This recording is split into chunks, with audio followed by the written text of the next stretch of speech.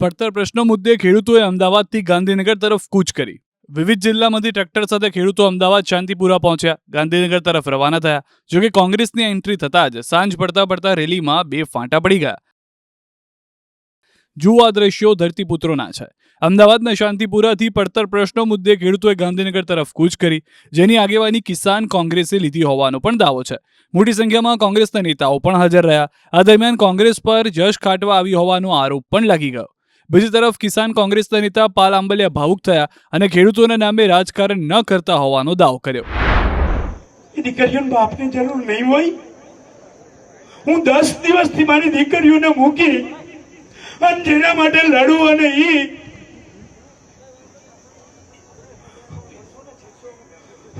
પણ કોના માટે શું કરવાનું ભરત છે.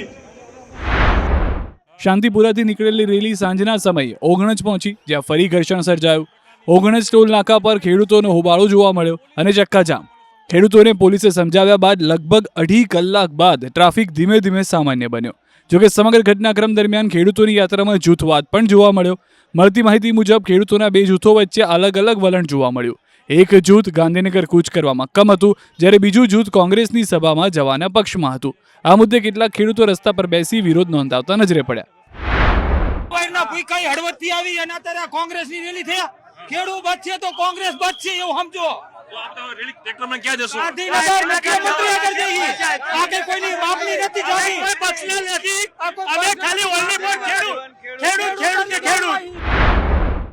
વિરોધ કરનાર ખેડૂતોનો આક્ષેપ છે કે તેમને ગાંધીનગર જવાનું કહીને બોલાવવામાં આવ્યા, પરંતુ બાદમાં કોંગ્રેસની સભામાં લઈ જવાના પ્રયાસો થયા. કેટલાક ખેડૂતોનો દાવો છે કે તેમને ક્યાંય લઈ જવામાં આવશે તેની અગાઉથી જાણ કરવામાં આવી જ નહોતી અને ઓગણજમાં ફૂડ વિતરણ હોવાનું કહીને લાવવામાં આવ્યા હતા.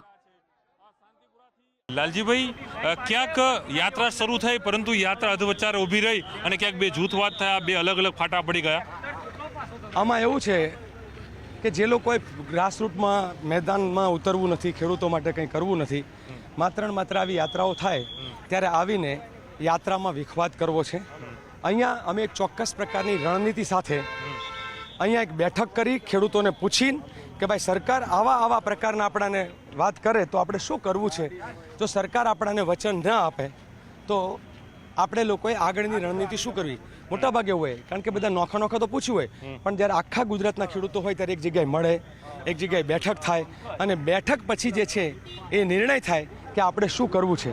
આ નિર્ણય કરવા માટે અમે અહીંયા એક વિશ્રામ સભા રાખેલી, જેને આમ આદમી પાર્ટીના અને ભારતીય કિસાન સંઘના અમુક લોકોએ આવીને, એટલે ભાજપના પણ હશે જ, કારણ કે એમને તો આમાં તો ઘણી વખત ખેડૂતના નામે ભાજપ અને આમ આદમી પાર્ટી છે એ અને બી ટીમ બંને મળીને આખી આંદોલનને વિખવાદમાં ફેરવવાનો પ્રયત્ન કર્યો. પણ મોટાભાગના ખેડૂતો ત્યાં સભામાં અત્યારે પહોંચી ગયા છે, બીજા બધા ચાલતા આવે છે. ખેડૂતોનો સીધો આરોપ એલાલજીભાઈ હતો કે અમને કહેવામાં આવ્યું ગાંધીનગર કૂચ કરશે, પરંતુ ગાંધીનગર પહેલા જ રોકી દેવામાં આવ્યા અને સભાના નામે કોંગ્રેસના બેનરો લાગ્યા અને કોંગ્રેસના પોસ્ટરો છે તે અહીં લાગ્યા હતા. તે જોવા મળી રહ્યું હતું. એટલે ક્યાંક રાજકીય રંગ લાગ્યો. અંદર ખેડૂતોના જે કાર્યક્રમ છે ત્યાં કોઈ પણ પ્રકારનું કોંગ્રેસનું બેનર નથી, કોઈ પોસ્ટર નથી. ત્યાં માત્ર ને માત્ર કિસાન સંઘર્ષ સમિતિ અને કિસાન કોંગ્રેસનું જ બેનર છે.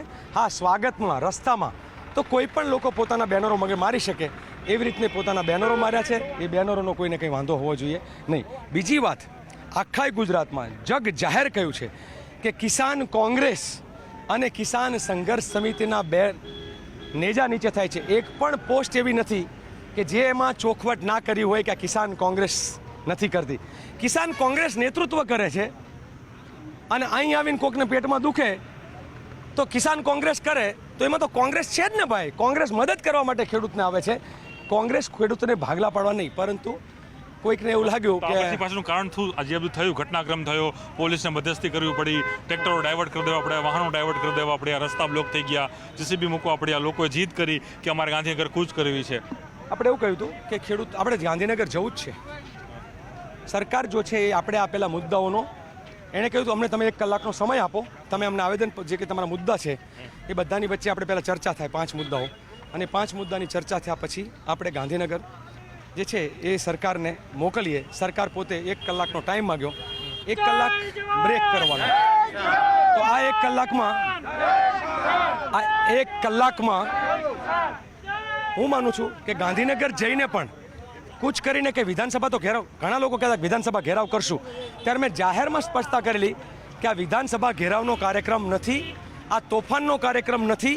કારણ કે હળદરમાં તોફાન કર્યા પછી જે ખેડૂતોની દશા થઈ એ દશા અમે ખેડૂતોની કરવા માંગતા હવે લાલજીભાઈનું શું સ્ટ્રેટેજી? કારણ કે હવે કિસાન કોંગ્રેસ અને કિસાન સંઘર્ષ સમિતિ એ શું કરવા, હવે શું માંગી રહી છે? લગાતાર લડશે, જેને લડવું હોય એના માટે સાથે લડશે. આજે શું હવે આજે અત્યારે નિર્ણય થશે. આવનાર સમયમાં ગુજરાતના ખેડૂતોને ન્યાય મળે એના માટે કિસાન સંઘર્ષ સમિતિના અને કિસાન કોંગ્રેસના આગેવાનો જરૂર પડશે તો અન્ન ત્યાગ કરીને પણ ઉપવાસ કરશે.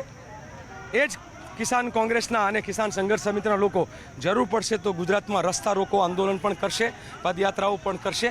અને આવનાર સમય 15 ઓગસ્ટ બહુ દૂર નથી. દેશની આઝાદી માટે જેમ લડતા હતા એમ આ 15મી ઓગસ્ટે ગુજરાત આખાના ખેડૂતો ભેગા થઈને જે છે એ દેશનો ઝંડો ફેરાવીને કહેશે કે આ દેશનો ઝંડો ત્યારે આપણે એનો જય જયકાર કરીએ છીએ કે આ દેશની ધરતી બચે, અમારી ધરતી કોઈ લૂંટવા આવે અને ખાલી 15 ઓગસ્ટે ભાષણ મારે ના ચાલે. ચોક્કસ આ હતા લાલજી દેસાઈ. તેઓ માની રહ્યા છે કે અમારી જે આંદોલન હતું તે વિધાનસભા કૂચ ન હતું, માત્ર ખાલી અહીં પહોંચવાનું એક વિસામો રાખવાનું આયોજન હતું.